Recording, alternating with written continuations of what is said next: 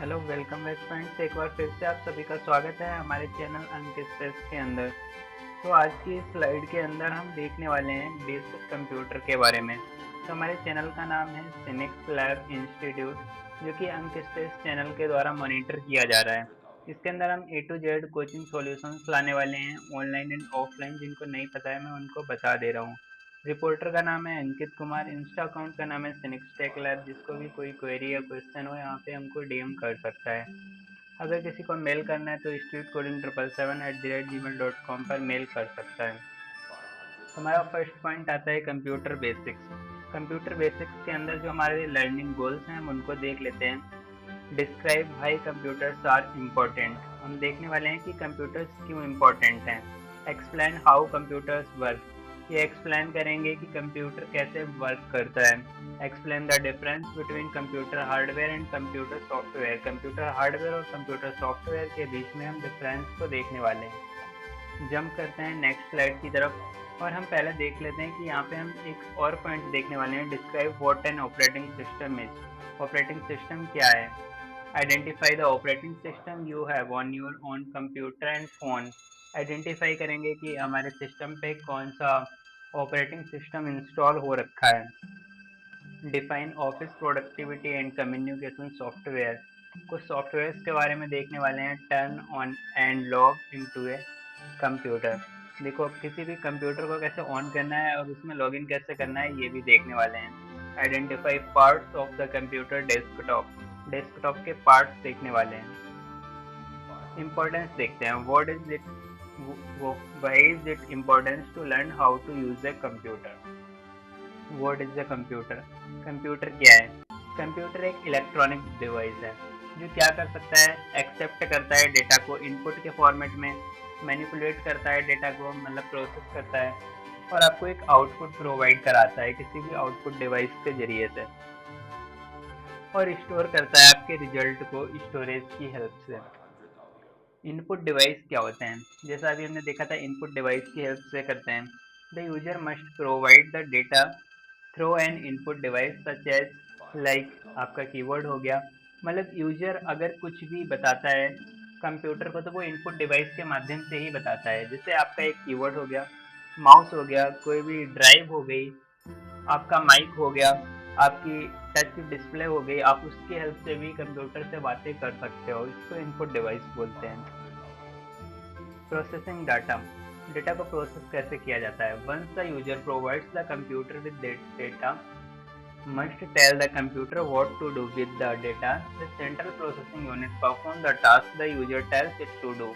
मतलब जब भी हम कंप्यूटर को बताते हैं कि हमें क्या करना है तो कंप्यूटर अपने सेंट्रल प्रोसेसिंग यूनिट यानी सीपीयू को बता देता है कि क्या करना है, और सेंट्रल प्रोसेसिंग यूनिट यानी सीपीयू उसको प्रोसेस करके आउटपुट को जनरेट कर लेता है। फिर डेटा इन मेमोरी आता है। Many peoples use the terms memory and storage interactively, however they are not the same things. मतलब कि जो भी डेटा होता है ना उसको मैनेज करने के लिए जो मेमोरी होता है उसके कुछ हम टर्म्स देखते हैं पहले।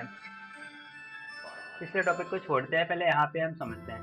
Memory is a temporary holding space for data file it is being used by the user. मतलब यूजर के द्वारा जब भी यूज में लिया जाता है मेमोरी को, तो वो जो यूज में ली जा रही है सीपीयू के द्वारा मेमोरी, वो सिर्फ एक टेम्पररी मेमोरी होती है। अगर आपने एक बार अपने सिस्टम को शट डाउन कर दिया तो ये टेम्पररी मेमोरी हमेशा के लिए रिमूव हो जाएगी। इसको आप दोबारा से बैकअप नहीं कर पाओगे। डेटा इन मेमोरी एग्जांपल जिस प्रेजेंटेशन पे मैं आपको समझा रहा हूँ has been saved to storage. ये एक स्टोरेज में सेव हो रखा है।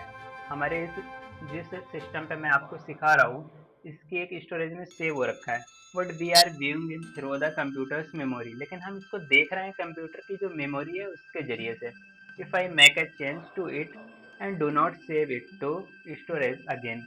अगर मैं इसमें कोई चेंजेस कर दूँ और उसको हम कंट्रोल एच करके या फिर किसी भी मैनुअल तरीके से सेव नहीं करते हैं तो वो चेंजेस जो हैं वो लॉस्ट हो जाएंगे, मतलब खो जाएंगे। वो चेंजेस केवल हमें यहाँ पे दिखेंगे क्योंकि वो मेमोरी में चेंज हो जाएगा। बट अगर हम उसको स्टोरेज में सेव नहीं करते हैं तो वो सेव नहीं होगा। यही डिफरेंस होता है हमारी स्टोरेज और मेमोरी के बीच में। Storing data. The computer user can store data so that सी और सी में एक्सेस इट अगेन। किसी भी डेटा को अगर हम एक बार सेव कर लेते हैं तो उसको हम अगेन एंड अगेन एक्सेस कर सकते हैं। Primary storage consist of the hard drive such is located inside of the desktop और लैपटॉप कंप्यूटर। कोई भी जो हार्ड ड्राइव होती है उसके अंदर जब हम डेटा को सेव करते हैं तो उसको बार बार हम एक्सेस या डी एक्सेस कर सकते हैं, मतलब रिमूव भी कर सकते हैं। प्राइमरी स्टोरेज होती है, ये सारी चीज़ें हम आगे देखने वाले हैं। इनके कुछ एडवांटेज भी होते हैं, डिसएडवांटेज भी होते हैं, सब कुछ हम डीपली देखने वाले हैं। सेकेंडरी स्टोरेज आता है। Secondary storage consist of any storage medium located outside of the desktop और लैपटॉप कंप्यूटर। जो हमारी प्राइमरी मेमोरी थी वो सिस्टम के अंदर होती थी, जबकि ये हमारी जो सेकेंडरी स्टोरेज है ये हमारे सिस्टम से बाहर होती है। एग्जाम्पल के लिए आप बोल सकते हैं पेन ड्राइव या फिर कोई भी सीडी या डीवीडी ड्राइव, ये इससे बाहर से हम इसको कनेक्ट करते हैं किसी भी माध्यम से, यूएसबी के थ्रू या फिर डीवीडी ड्राइव या सीडी ड्राइव की हेल्प से, तो इसको हम सेकेंडरी स्टोरेज बोलते हैं। इसके भी अपने कुछ एडवांटेज होते हैं और डिसएडवांटेज होते हैं, ये हम बाद में देखने वाले हैं। अब हमारा आता है क्लाउड कंप्यूटिंग। क्लाउड कंप्यूटिंग में जो हमारा जो मेमोरी होती है वो ना ही सिस्टम के अंदर होती है ना ही सिस्टम से बाहर होती है, उसको हम क्लाउड कंप्यूटिंग की हेल्प से एक्सेस करते हैं, यानी इंटरनेट की हेल्प से एक्सेस करते हैं। ये क्लाउड पे स्टोर कर दिया जाता है हमारे स्टोरेज को, जो किसी भी हम थर्ड पार्टी प्रोवाइडर से हम स्टोरेज ले लेते हैं। हम खुद से जाके वहाँ पे क्लाउड पे कंप्यूटिंग करके खुद अपनी ड्राइव नहीं बनाते हैं, हम ले लेते हैं किसी थर्ड पार्टी प्रोवाइडर से और वहाँ पे अपने डेटा को सेव करते हैं, तो इसको हम बोलते हैं क्लाउड कंप्यूटिंग। जैसे कि एग्जांपल के लिए आपका गूगल डॉक्स हो गया, गूगल ड्राइव, और वन ड्राइव हो गया माइक्रोसॉफ्ट का, WPS ड्राइव हो गया। इस टाइप के बहुत सारे ड्राइव्स आपको देखने के लिए मिल जाते हैं। आशा करता हूँ कि आपको इनपुट डिवाइसेस समझ में आ गए होंगे। अब हम जंप करते हैं अपने आउटपुट डिवाइसेस की तरफ। The computer user can also instruct the computer to provide output. जो हमारा आउटपुट होता है ना, वो हमको देखना पड़ता है, समझना पड़ता है कि कंप्यूटर हमसे क्या कह रहा है। जिस माध्यम से कंप्यूटर हमको बताता है कि वो क्या कहना चाहता है या क्या दिखाना चाहता है या क्या प्रोसेस करके उसने हमें दिया है, ये सब देखने के लिए हम जिन चीज़ों का यूज़ करते हैं उनको आउटपुट डिवाइस कहते हैं। देखो a few example of output device are, जैसे कि आपका हो गया मॉनिटर। स्क्रीन पे हम देखते हैं तो जो कंप्यूटर ने प्रोसेस किया है वही हमको दिखाता है, तो ये भी एक आउटपुट डिवाइस हो गया। आपका स्पीकर हो गया, आपका प्रिंटर हो गया, जिससे हम देख सके कि कंप्यूटर ने क्या करके दिया है, वो होता है हमारा आउटपुट डिवाइस। और जिससे हम कंप्यूटर को बता सके कि क्या करना है, वो होते हैं इनपुट डिवाइस। आशा करता हूँ आपको इनपुट डिवाइस और आउटपुट डिवाइस के बीच में डिफरेंस समझ में आ गया होगा। अब देखते हैं इनपुट।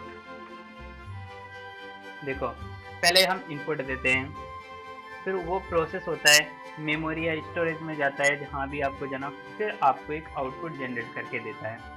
और जो ये मेमोरी या स्टोरेज होती है इससे प्रोसेस भी कर सकते हैं, हम बार बार प्रोसेस करते हैं, मतलब एक बार सेव कर लिया तो भी कुछ बाद में अगर हम एक्सेस करना चाहें तो एक्सेस कर पाएंगे। ये हमारी इंफॉर्मेशन थी प्रोसेसिंग साइकिल की, कैसे प्रोसेस किया जाता है किसी कंप्यूटर सिस्टम के अंदर।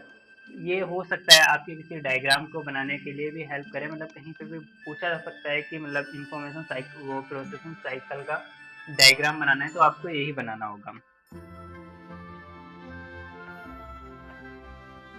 वाई यूजर कंप्यूटर, कंप्यूटर क्यों यूज किया जाता है? पहली बात तो इसकी स्पीड के लिए, किसी भी काम को कंप्यूटर जितनी स्पीड से करता है उतनी स्पीड से एक ह्यूमन ब्रेन नहीं कर सकता है। सेकंड आता है एक्यूरेसी, हाई एक्यूरेसी देता है कंप्यूटर कंपेयर देन किसी भी ह्यूमन माइंड के। रिलायबिलिटी देता है। ऐसे बहुत सारे और भी, आप लोगों को भी कुछ पता होंगे टर्म्स कि क्यों कंप्यूटर यूज करना चाहिए। A computer program is a collection of step-by-step instructions that tell the computer how to perform a particular task or group of related tasks. Computer का जो प्रोग्राम होता है वो कलेक्शन होता है कुछ स्टेप बाय स्टेप इंस्ट्रक्शंस से होता है कि कैसे काम करना है। ये सब कैसे काम करता है ये सब हम डीपली देखने वाले हैं कि कोई भी कंप्यूटर सिस्टम कैसे वर्क करता है, क्या इंस्ट्रक्शंस सेव होते हैं, कैसे इंस्ट्रक्शंस को बनाया जाता है, ये सब हम डीपली देखने वाले हैं। तो बने रहिए हमारे साथ, हम एक तरफ से डिटेल में देखने वाले हैं। पहले मैं वीडियो को पॉज करके अगेन आता हूँ बिकॉज हमारे पास में इतनी मेमोरी नहीं है। आ चुके हैं। यहाँ पे देखते हैं कि कंप्यूटर जो है ना, वो जो हमारा इंस्ट्रक्शंस होता है इंस्ट्रक्शंस का जो स्टेप बाय स्टेप कलेक्शन होता है उसके बेस पे काम करता है। यही होता है एक कंप्यूटर प्रोग्राम। अब आता है software. There are two general types of software. First आता है आपका सिस्टम सॉफ्टवेयर और सेकंड आता है एप्लीकेशन सॉफ्टवेयर। जो सॉफ्टवेयर होते हैं वो दो टाइप्स के होते हैं। पहला तो हो गया आपका सिस्टम सॉफ्टवेयर और सेकंड हो गया एप्लीकेशन सॉफ्टवेयर। सिस्टम सॉफ्टवेयर क्या होते हैं और एप्लीकेशन सॉफ्टवेयर क्या होते हैं, चलिए देखते हैं। फर्स्ट आता है system software. System software generally comes pre-installed on your computer and you will quite often not even realize that you are interacting with it, like operating system, device drivers। जैसे आपके लैपटॉप के अंदर जो already pre installed आते हैं उन्हीं को हम बोलते हैं सिस्टम सॉफ्टवेयर। जैसे कि आपका ऑपरेटिंग सिस्टम हो गया, जो भी आप ऑपरेटिंग सिस्टम यूज कर रहे हैं, डिवाइस के ड्राइवर्स हो गए, जैसे कि साउंड को यूज करने के लिए एक पर्टिकुलर ड्राइवर होगा जो कि मतलब इसके साथ में ही आपको प्री इंस्टॉल मिलेगा और उसको आपको यूज करना ही पड़ेगा अगर साउंड आपको चाहिए है तो। इसी टाइप से कोई सा भी ड्राइवर अगर आप उसको एक्सेस करना चाहते हैं तो वो आपको सिस्टम सॉफ्टवेयर के अंदर देखने को मिलेगा। इसी टाइप से आपका एक ऑपरेटिंग सिस्टम भी हो गया। बहुत सारे ऐसे एप्लीकेशंस होते हैं जो प्री इंस्टॉल्ड आते हैं, उनको ऑपरेटिंग सिस्टम के वो सॉरी उनको सिस्टम सॉफ्टवेयर बोलते हैं। जो अभी हमने पढ़ा था ऑपरेटिंग सिस्टम, देखते हैं ऑपरेटिंग सिस्टम क्या होता है। The two operating system most users encounter are Microsoft Windows and Mac OS X. देखो, जो सबसे ज़्यादा मोस्टली यूज़ किए जाते हैं ऑपरेटिंग सिस्टम उसमें से एक है माइक्रोसॉफ्ट विंडोज जिस पे करंटली मैं अभी वर्क कर रहा हूँ, और सेकंड है मैक ओएस। ऐसा नहीं है कि सिर्फ दो ही ऑपरेटिंग सिस्टम एग्जिस्ट करते हैं, बहुत सारे ऑपरेटिंग सिस्टम इस यहाँ पे एग्जिस्ट करते हैं। फर्स्ट तो आपका विंडोज़ हो गया जो मोस्ट पॉपुलर है, फिर मैक हो गया और लाइनक्स भी होता है जो कि एंड यूजर्स यूज़ करते हैं। लाइनक्स क्या होता है ये सब हम डीपली देखने वाले हैं। अगर इससे पहले का वीडियो आप लोगों ने देखा है तो आप लोगों को पता होगा कि हम क्या क्या कवर करने वाले हैं। माइक्रोसॉफ्ट विंडोज़ और मैक के अंदर जो डिफरेंस होते हैं वो भी हम देखने वाले हैं। फर्स्ट हम ये देखते हैं ऑपरेटिंग सिस्टम होता क्या है। जो भी हमारे सिस्टम को ऑपरेट करता है उसको हम ऑपरेटिंग सिस्टम कहते हैं। हमारे सिस्टम को ऑपरेट करने के लिए कुछ इंस्ट्रक्शंस की ज़रूरत होती है। जो वो इंस्ट्रक्शंस आपको जहाँ से मिलेंगे उसे हम बोलते हैं ऑपरेटिंग सिस्टम। ऑपरेटिंग सिस्टम की हेल्प से ही हम अपने कंप्यूटर को इनपुट दे सकते हैं और उसी की हेल्प से हम आउटपुट को जनरेट करने के बाद में देख पाते हैं। Operating system contains the instruction that allow the parts of a computer to work together by performing most, if not all, of the behind the scenes tasks such as transferring data from memory to storage device। मतलब कि operating system जो होता है वो contain होता है instructions का, जो अलाउ करता है आपको कंप्यूटर के साथ में वर्क करने का। अगर उसमें कहीं पे आपको कुछ टास्क परफॉर्म करना है, कुछ सेव करना है, कुछ डिलीट करना है, ये सब के लिए आपको अलाउ करता है। यही वर्क होता है हमारे ऑपरेटिंग सिस्टम का। सेकंड हमने देखा था डिवाइस ड्राइवर्स। डिवाइस ड्राइवर्स क्या होता है? Device drivers contains the instruction which tell the computer how to interact with that particular device। मतलब कि एक ऐसा सॉफ्टवेयर होता है जिसके अंदर कुछ इंस्ट्रक्शंस को सेट किया जाता है कि किसी भी एक डिवाइस के साथ में हमको कैसे इंटरेक्ट करना है। ये एक डिवाइस ड्राइवर का काम होता है। डिवाइस ड्राइवर जो होता है ये भी एक सिस्टम सॉफ्टवेयर के अंदर ही आता है। ये भी आपके सिस्टम पे प्री इंस्टॉल्ड होना चाहिए। Many device drivers come pre-installed on the operating system, but devices such as printer and scanners come with their device driver to install on the computer if needed। अगर आपको किसी third party driver की need पड़ती है तो आपको वो खुद से इंस्टॉल करना पड़ सकता है, वो प्री इंस्टॉल्ड नहीं होगा। जैसे आपने अगर किसी नई कंपनी का कोई भी प्रिंटर या स्कैनर ले लिया है तो उसका ड्राइवर आपके सिस्टम के अंदर नहीं मिलेगा, आपको उसको अलग से इंस्टॉल करना पड़ेगा। अब आता है आपका application software. Software that the computer uses to carry out a specific task as specified by the user. अगर कोई भी ऐसा टास्क है जो यूजर के द्वारा स्पेसिफाई किया जाएगा और जो कुछ स्पेसिफिक टास्क को ही कंप्लीट कर सकता है उसको एप्लीकेशन सॉफ्टवेयर कहते हैं। और एप्लीकेशन सॉफ्टवेयर प्री इंस्टॉल्ड नहीं आता है, इसको इंस्टॉल करना पड़ता है। जैसे कि आपका माइक्रोसॉफ्ट ऑफिस वर्ड हो गया, इंटरनेट एक्सप्लोरर हो गया, माइक्रोसॉफ्ट ऑफिस एक्सेल हो गया और मेल हो गया। ये एप्लीकेशन सॉफ्टवेयर होते हैं, ये आपको खुद से इंस्टॉल्ड करने पड़ते हैं। आशा करता हूँ कि आपको ये सिस्टम सॉफ्टवेयर और एप्लीकेशन सॉफ्टवेयर अच्छे से समझ में आ गया होगा। वर्ड प्रोसेसिंग आता है जो हमने फर्स्ट में देखा था। वर्ड प्रोसेसिंग क्या है? Software that enables the user to enter edit format the print documents containing primarily but not limited to text. एक ऐसा प्रोसेसिंग सॉफ्टवेयर जिसके अंदर हम टेक्स्ट को प्रोसेस कर सकें, उसके साथ में हम कुछ इसमें इमेजेस भी ऐड कर सकें, टिप्स ऐड कर सकें, ये सारा मतलब कंटेंट हम पूरा क्रिएट कर सकें, कोई पूरा डॉक्यूमेंट रेडी कर सके, ऐसा कोई भी सॉफ्टवेयर उसको वर्ड प्रोसेसिंग सॉफ्टवेयर कहा जाता है। एग्जाम्पल के लिए आप माइक्रोसॉफ्ट ऑफिस वर्ड ले सकते हैं, लिब्रे ऑफिस वर्ड ले सकते हैं, WPS ऑफिस वर्ड ले सकते हैं, ये सारे आपके वर्ड प्रोसेसिंग होते हैं। अब आता है आपका spreadsheet, software that enables the user to enter edit format print sort and calculate primarily numeric data. Numeric data को मैनिपुलेट करने के लिए, ठीक से व्यवस्थित करने के लिए, रखने के लिए जिस भी सॉफ्टवेयर का यूज होता है उसको स्प्रेडशीट कहते हैं। एग्जाम्पल के लिए Microsoft Office Excel, Libre Office Calc और आपका WPS का स्प्रेडशीट, गूगल का स्प्रेडशीट, बहुत सारे सॉफ्टवेयर होते हैं। अब आता है आपका web browser, software that enables the user to access, retrieve and view documents and other resources on the internet. Internet से अगर हमें कोई भी चीज़ चाहिए तो हमको एक वेब ब्राउजर की ज़रूरत पड़ती है। पहला आता है एक इंटरनेट एक्सप्लोरर जो बहुत ही पुराना हो रखा है, ये आपको चाहिए होता था पहले, बट अब मोस्टली लोग क्रोम ब्राउजर या फिर माइक्रोसॉफ्ट एज को यूज़ करते हैं। इंटरनेट एक्सप्लोरर का नाम चेंज करके ही माइक्रोसॉफ्ट एज कर दिया गया है। अब आता है email, software that enables the user to send and receive electronic mail commonly known as email over the internet. अगर कहीं से आपको मेल रिसीव करना है या सेंड करना है, जिसको इलेक्ट्रॉनिक मेल कहते हैं, तो आपको मेल सॉफ्टवेयर की ज़रूरत पड़ेगी, जो कि आपको एप्लीकेशन सॉफ्टवेयर कैटेगरी के अंदर आता है, जिसे आपको मैनुअली इंस्टॉल करना पड़ेगा। टर्न ऑन द कंप्यूटर, अब देखते हैं कि कंप्यूटर को ऑन कैसे किया जाता है। ये रहा हमारा एक कंप्यूटर, जिसके अंदर यहाँ पे एक पावर बटन होता है। पावर बटन कभी लेफ्ट में भी हो सकता है, राइट में भी हो सकता है और कीबोर्ड के पास में भी हो सकता है। वो आप लोगों को खुद से देख लेना है, उसको एक बार प्रेस करना है और आपका कंप्यूटर ऑन हो जाएगा। अगर वो आपसे यूजर नेम पूछता है तो आपको टाइप कर देना है जो भी आपका यूजर नेम है। यूजर नेम के बाद में पासवर्ड पूछेगा, कभी कभी सिर्फ पासवर्ड ही पूछता है, मोस्टली सिर्फ पासवर्ड ही पूछता है। अगर आपने एक्स्ट्रा प्राइवेसी ऐड कर रखी है तो यूजर नेम भी पूछेगा। ये डालने के बाद में आपका डेस्कटॉप ओपन हो जाएगा कुछ इस तरह का। ये बहुत ही पुरानी विंडोज का है, बट अभी आप जो ओपन करोगे वो एकदम मैनुअली न्यू विंडोज का ओपन होके आएगा। मैं अभी आपको दिखा दूंगा कैसा है। ये जो आपको साइड में आइकन्स दिख रहे हैं, ये आइकन या शॉर्टकट्स बोलते हैं। ये इनको बोलते हैं, डेस्कटॉप के ऊपर जो आइकन्स हैं इनको आइकन्स बोलते हैं। या तो ये आइकन होंगे किसी सॉफ्टवेयर के, या फिर कहीं का कोई शॉर्टकट बना के रखा होगा आपने।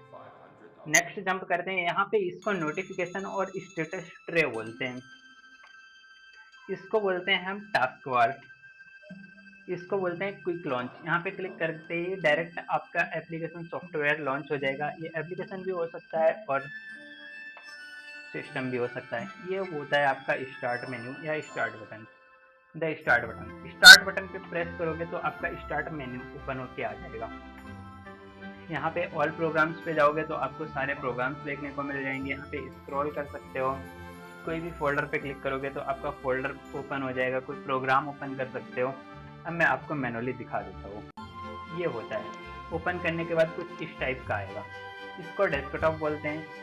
ये आपके आइकन्स होते हैं, ये आपका टास्क बार होता है और ये आपकी स्टेटस ट्रे होती है और ये क्विक लॉन्च होता है। ये आपका स्टार्ट बटन है और ये आपका स्टार्ट मेन्यू है। आशा करता हूँ कि आपको ये समझ में आ गया होगा। अगर समझ में आ गया है तो वीडियो को लाइक करके चैनल को सब्सक्राइब कर लीजिए। मिलते हैं कल एक नई इंटरेस्टिंग वीडियो के साथ में। तब तक के लिए bye bye. Thanks for watching this video.